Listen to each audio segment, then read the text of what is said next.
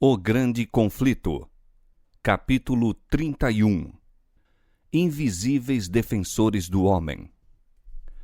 A relação do mundo visível com o invisível, o ministério dos anjos de Deus, a operação dos espíritos maus, acham-se claramente revelados nas Escrituras e inseparavelmente entretecidos com a história humana.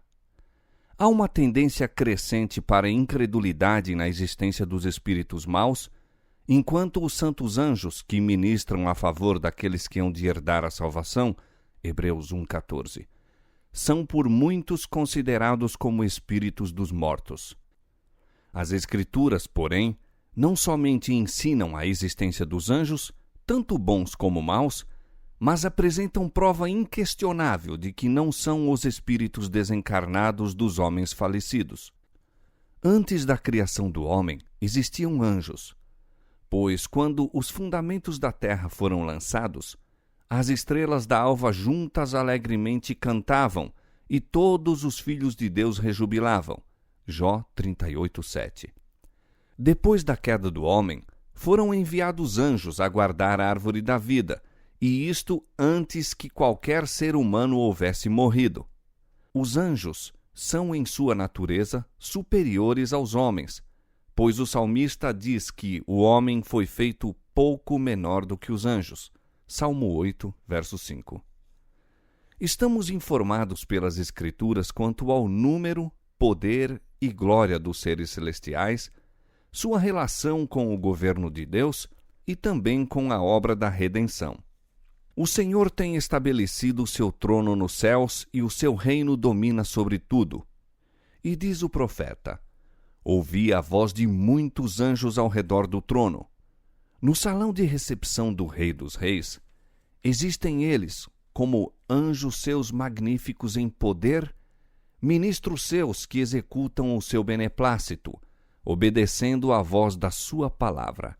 Salmo 103, 19-21 e Apocalipse 5:11. Milhares de milhares e milhões de milhões eram os mensageiros celestiais vistos pelo profeta Daniel. O apóstolo Paulo declarou serem muitos milhares, Daniel 7:10 e Hebreus 12:22. Como mensageiros de Deus, saem à semelhança de relâmpagos, Ezequiel 1:14, tão deslumbrante é sua glória e tão célere o seu voo. O anjo que apareceu no túmulo do Salvador e tinha o rosto como um relâmpago e o seu vestido branco como a neve, fez com que os guardas, por medo dele, tremessem e ficassem como mortos. Mateus 28, 3 e 4. Quando Senaqueribe, o altivo assírio, vituperou a Deus e dele blasfemou, ameaçando Israel de destruição, sucedeu, pois, que naquela mesma noite saiu o anjo do Senhor e feriu no arraial dos assírios a 185.000 deles. Ali foram destruídos todos os valentes e os príncipes e os chefes no exército de Senaqueribe. E este tornou com vergonha de rosto à sua terra. 2 Reis 19:35 e 2 Crônicas 32:21. Os anjos são enviados em missões de misericórdia aos filhos de Deus. A Abraão, com promessas de bênçãos. Às portas de Sodoma, para livrar o justo Ló da condenação do fogo. A Elias, quando se achava a ponto de perecer de cansaço e fome no deserto. A Eliseu, com carros e cavalos de fogo, cercando a pequena cidade em que estava encerrado por seus adversários. A Daniel, enquanto buscava sabedoria divina na corte de um rei pagão, ou abandonado para se tornar presa dos leões. A Pedro, condenado à morte no calabouço de Herodes. Aos prisioneiros em Filipos, a Paulo e seus companheiros na noite da tempestade no mar, a abrir a mente de Cornélio para receber o Evangelho, a enviar Pedro com a mensagem da salvação ao desconhecido gentil, assim, em todos os tempos, têm os santos anjos ministrado ao povo de Deus. Um anjo da guarda é designado a todo seguidor de Cristo. Estes vigias celestiais escudam aos justos do poder maligno. Isto O próprio Satanás reconheceu quando disse: Porventura teme Jó a Deus debalde? Porventura não circunvalaste tu a ele e a sua casa e a tudo quanto tem? Jó capítulo 1, versos 9 e 10. O agente pelo qual Deus protege a seu povo é apresentado nas palavras do salmista: O anjo do Senhor acampa-se ao redor dos que o temem e os livra. Salmo 34, 7. Disse o Salvador, falando daqueles que nele creem: Vede, não desprezeis alguns destes pequeninos, porque eu vos digo que os seus anjos nos céus sempre veem a face de meu Pai. Mateus 18, 10. Os anjos designados para ministrarem aos filhos de Deus têm em todo o tempo acesso à sua presença. Assim, ao povo de Deus, exposto ao poder enganador e vigilante malignidade do príncipe das trevas, e em conflito com todas as forças do mal, é assegurada a incessante guarda dos seres celestiais. Tampouco é tal segurança dada sem necessidade. Se Deus concedeu a seus filhos promessas de graça e proteção, é porque há poderosas instrumentalidades do mal a serem enfrentadas, agentes numerosos, decididos e incansáveis, de cuja malignidade e poder ninguém pode sem perigo achar-se em ignorância ou inadvertência. Os espíritos maus, criados a princípio sem pecado, eram iguais em sua natureza, poder e glória aos seres santos que ora são os mensageiros de Deus. Mas, caídos pelo pecado, acham-se coligados para a desonra de Deus e destruição dos homens. Unidos com Satanás em sua rebelião, e com ele expulsos do céu, têm, através de todas as eras que se sucederam, cooperado com ele em sua luta contra a autoridade divina. Somos informados, nas Escrituras, acerca de sua união e governo, suas várias ordens, inteligência e astúcia, e de seus malévolos intuitos contra a paz e felicidade dos homens. A história do Velho Testamento apresenta referências ocasionais à sua existência e operação. Foi, porém, durante o tempo em que Cristo esteve sobre a terra, que da mais notável maneira os espíritos maus manifestaram seu poder. Cristo viera para executar o plano ideado para a redenção do homem e Satanás decidiu-se a fazer valer o seu direito de governar o mundo. Fora bem-sucedido ao estabelecer a idolatria em toda a parte do globo, exceto na terra da Palestina. A única terra que não havia cedido completamente ao domínio do tentador, viera Cristo para derramar sobre o povo a luz do céu. Ali, dois poderes rivais pretendiam a supremacia. Jesus estendia seus braços de amor em convite a todos os que quisessem nele encontrar perdão e paz. As hostes das trevas viram que não possuíam domínio ilimitado e compreenderam que, se a missão de Cristo fosse bem-sucedida, seu governo estaria prestes a terminar. Satanás enfurecia-se como um leão acorrentado e, em desafio, exibia seu poder tanto sobre o corpo como sobre a alma dos homens. Que os homens tenham sido possuídos de demônios está claramente referido no Novo Testamento.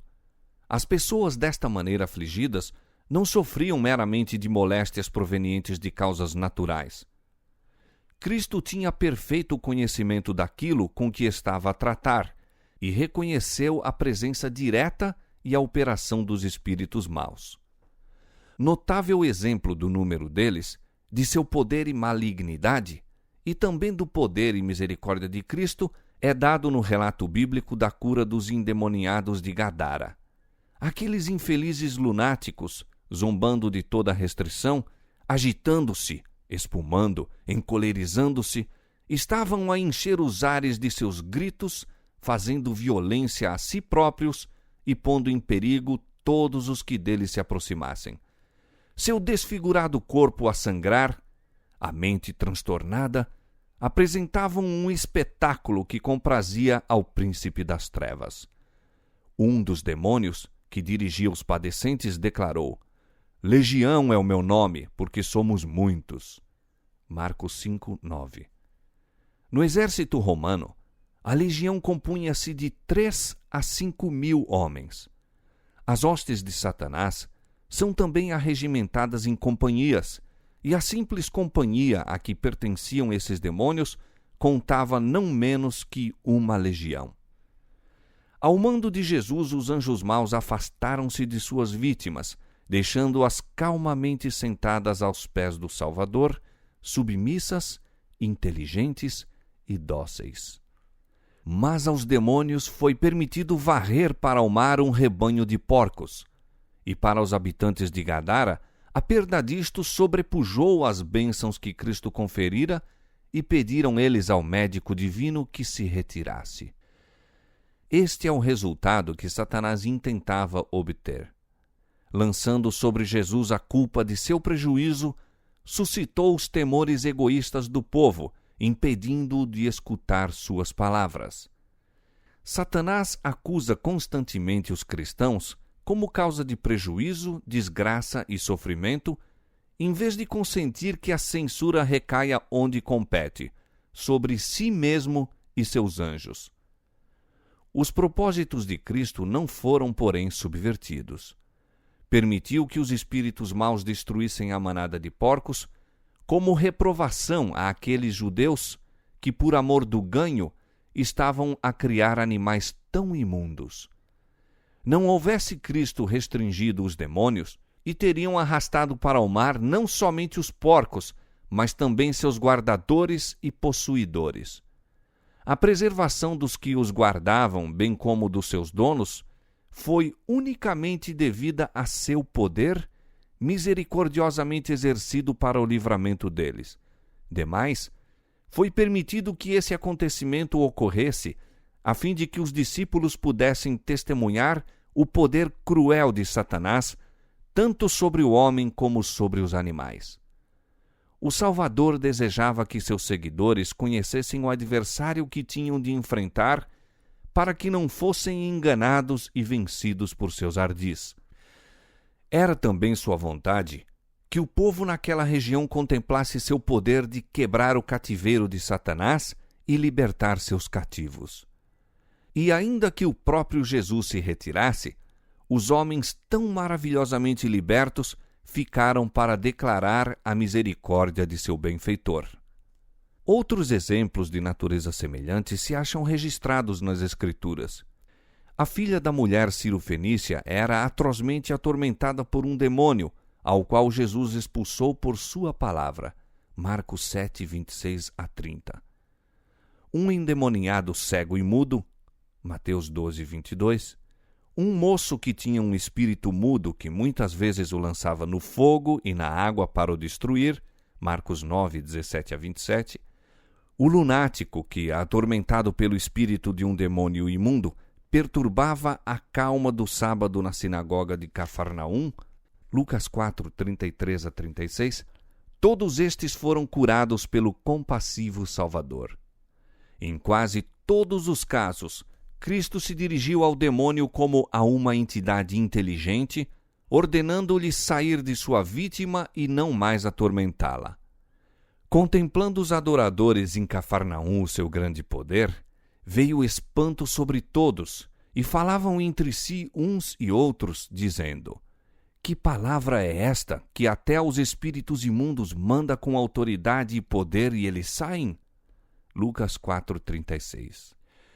Aqueles possessos são em geral representados como estando em condição de grande sofrimento. Contudo, havia exceções a esta regra.